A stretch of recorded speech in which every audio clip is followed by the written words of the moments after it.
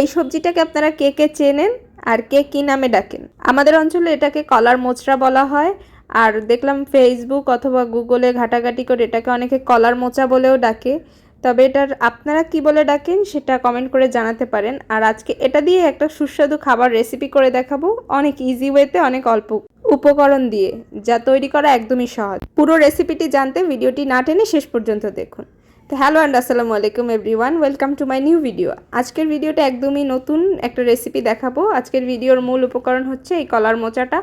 আর আপনারা এটা বাজারে কিনতে পাবেন, আর যারা গ্রামে আছেন তাদের তো গাছেই এটা অভাব নেই। মোচা খাওয়ার জন্য আপনারা সবসময় কাঁচা কলার মোচা বাদে সব মোচড়াই ব্যবহার করতে পারবেন। কাঁচা কলার মোচড়াটা যারা তিতা খেতে পারেন তারা খেতে পারবেন, ওই মোচড়াটা তিতার জন্য আর কি অ্যাভয়েড করা হয়।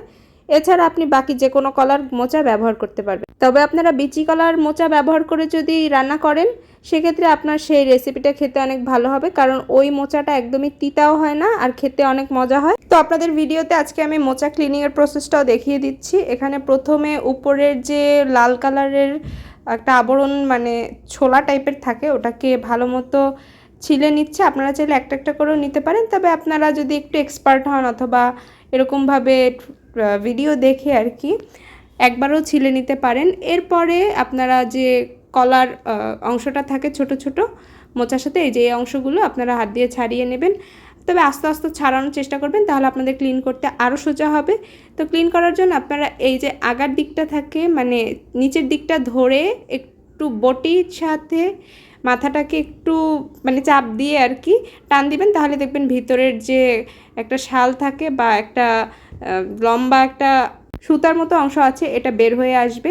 আপনারা ভিডিওটা একটু ভালো মতো দেখলেই বুঝতে পারবেন যে কিভাবে এটা ক্লিনিং করতে হবে। এটা ক্লিনিং প্রসেসটা খুবই ইজি, আর এটা ক্লিন করার সময় এটা অনেক কষ্ট থাকে, তো হাতে একটু কষ্ট থেকে কালো হয়ে যাওয়ার চান্স আছে। আর যারা একটু নখ নিয়ে কনসার্ন আছেন তারা একটু গ্লাভস পরে নেবেন। এই শালগুলো বা সুতার মতো অংশগুলোকে ক্লিন করা হয়ে গেলে এরপরে আপনারা ভালো মতো কুচি করে নেবেন, অথবা মাঝখান দিয়ে একটা ফালি করে নিলেই হবে, এই যে এরকমভাবে। আর আপনারা চাইলে ছোট ছোট অংশ করেও নিতে পারেন। তবে এটা যেহেতু আরও পরবর্তীতে যে প্রসেসটা আছে সেটার জন্য মাঝখান দিয়ে কেটে নিলেও হবে শুধু। তো কেটে নেওয়ার পর একটা বাটিতে রাখবেন, আর আপনার চেষ্টা করবেন এটাকে সাথে সাথেই পানিতে ভিজিয়ে রাখার জন্য। আমরা ভিজিয়ে রাখিনি, পরে ভালো মতো ধুয়ে নিয়েছি। আর ভিজিয়ে রাখলে এই কষ্টটা একদমই এতটা থাকবে না। তো দেখতে দেখতে আমাদের সবগুলো কলার অংশ ক্লিন করা শেষ। এরপরে আমরা ভেতরের যে অংশটা ছিল এটা থেকে কিছু অংশ আমরা নেব। তো বাহিরের থেকে কয়েকটা আবরণ আমরা ফেলে দিচ্ছি, আর আগার অংশ থেকে একটু ফেলে দিচ্ছি। আপনারা ভিডিওটা দেখলেই বুঝতে পারবেন যে কিভাবে নেওয়া হচ্ছে। এগুলোকে ভালো মতো ছোট ছোট টুকরো করে নেওয়া হয়ে গেলে সেই কলার অংশগুলোর সাথে রেখে দেবেন। এবার সবগুলো কাটাকুটি হয়ে গেলে আপনারা এগুলোকে ভালো মতো ধুয়ে নেবেন। ধোয়ার সময় আপনারা পানিতে একটু হলুদ আর লবণ মিক্স করে নেবেন, যাতে করে এই কষের কারণে খেতে আবার কষযুক্ত না লাগে রান্নার পরে। মোচাগুলোকে আমরা ভালো মতো লবণ হলুদ দিয়ে ধোয়ার পরে একটা প্যানে পানি গরম বসিয়ে তার মধ্যে হলুদ, আর আপনারা চাইলে একটু লবণ দিতে পারেন সেদ্ধ করার সময়, এটাকে আমরা এই গরম পানির মধ্যে দিয়ে দিব, সেদ্ধ করে নিব ভালো মতো। প্রায় 10-15 মিনিটের মতো এটাকে সিদ্ধ করতে হবে। এরপরে আমাদের মোচাগুলো সিদ্ধ হয়ে গেলে আমরা উঠিয়ে এটাকে পানি ঝরিয়ে রেখে দেব। আর আপনারা একটু টাইম নিয়ে সেদ্ধ করবেন যাতে করে কষটা একদম বের হয়ে যায়, আর কষ যাতে না লাগে এ কারণেই মূলত এটা সেদ্ধ করা। আর আপনার হাতে কাটার সময় যে কষটা লেগেছিল এটা উঠানোর জন্য আপনারা হাতে একটু লেবু ব্যবহার করতে পারেন, তাহলেই দেখবেন যে আপনাদের হাতে যে কষ লেগেছিল অথবা নখ কালো হয়ে যাওয়ার যে ভয় ছিল ওটা একদম ক্লিন হয়ে যাবে। 10-15 মিনিট কলার মোচাগুলোকে সেদ্ধ করে নেওয়ার পরে একটা স্টেইনারে পানি ঝরিয়ে রেখে দিবেন। আর পানি ঝরানোর পর এগুলোকে আর ধোয়ার প্রয়োজন নেই। এরপরে এখানে মশলার জন্য নিয়েছিল নারিকেল বাটা, নারিকেলের সাথে পেঁয়াজ, রসুন, আদা, কাঁচামরিচ বেটে নিয়েছিল। আর এটা ছিল কলার মোচাটাকে বেটে নিয়েছিল, কলার মোচা বাটা। এটা ঠান্ডা হলে বেটে নেবেন। আর সাথে কিছু চিংড়ি মাছ নেওয়া হয়েছিল, আপনারা চিংড়ি মাছটাও চাইলে বেটে দিতে পারেন, সম্পূর্ণ আপনাদের ইচ্ছা। আর রান্নার জন্য এখানে একটা কড়াইতে তেল দিয়ে দেওয়া হচ্ছিল, এর মধ্যে কিছু পেঁয়াজ কুচি দিয়ে দেওয়া হবে। তারপরে পেঁয়াজটা ভালো মতো একটু হয়ে গেলে নরম হয়ে আসলে তার মধ্যে দিয়ে দিতে হবে চিংড়ি মাছগুলো একটু লাল লাল করে ভেজে নিয়ে এই তেলের মধ্যে এরপরে বাকি মশলাগুলো আমরা দিয়ে দেব।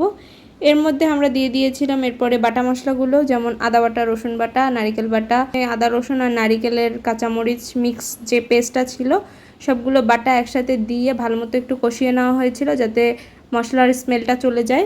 এর মধ্যে এখন দেওয়া হয়েছিল মরিচের গুঁড়া আর হলুদের গুঁড়া, লবণ, এগুলোকে দিয়ে ভালো মতো মিক্স করে কষিয়ে নেওয়া হয়েছিল। আপনারা চাইলে এ পর্যায়ে অল্প একটু পানি দিয়ে দিতে পারেন মশলাটা কষানোর জন্য, তবে নারিকেল যেহেতু ব্যবহার করা হয়েছে এখানে পানি না দেওয়াটাই ভালো। যদি মনে হয় যে পোড়া লেগে যাচ্ছে সেক্ষেত্রে অল্প একটু দিতে পারেন।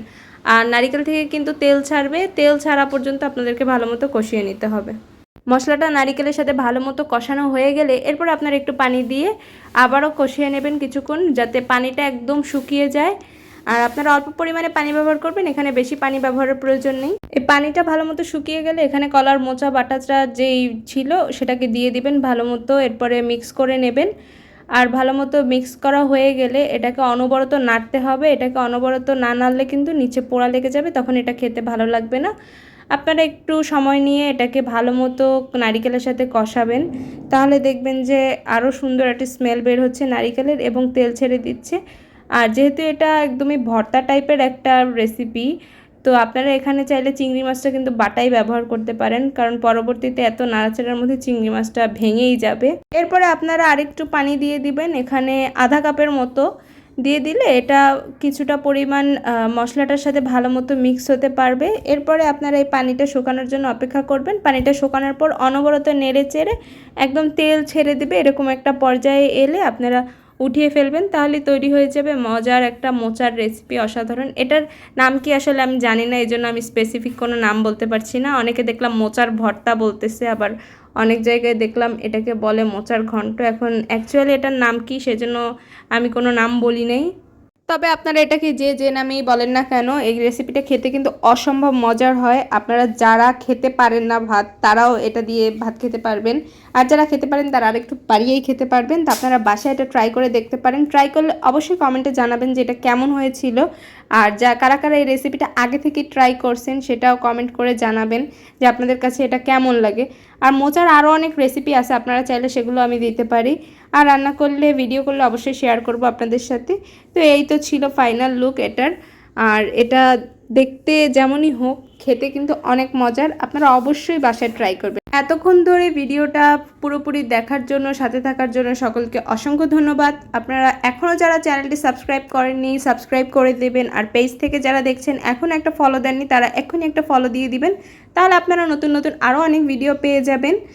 অনেক ধরনের ভিডিও আমি আপলোড করে থাকি, আপনারা দেখতে চাইলে অবশ্যই পেজটাকে ফলো করে চ্যানেলটাকে সাবস্ক্রাইব করে পাশেই থাকবেন।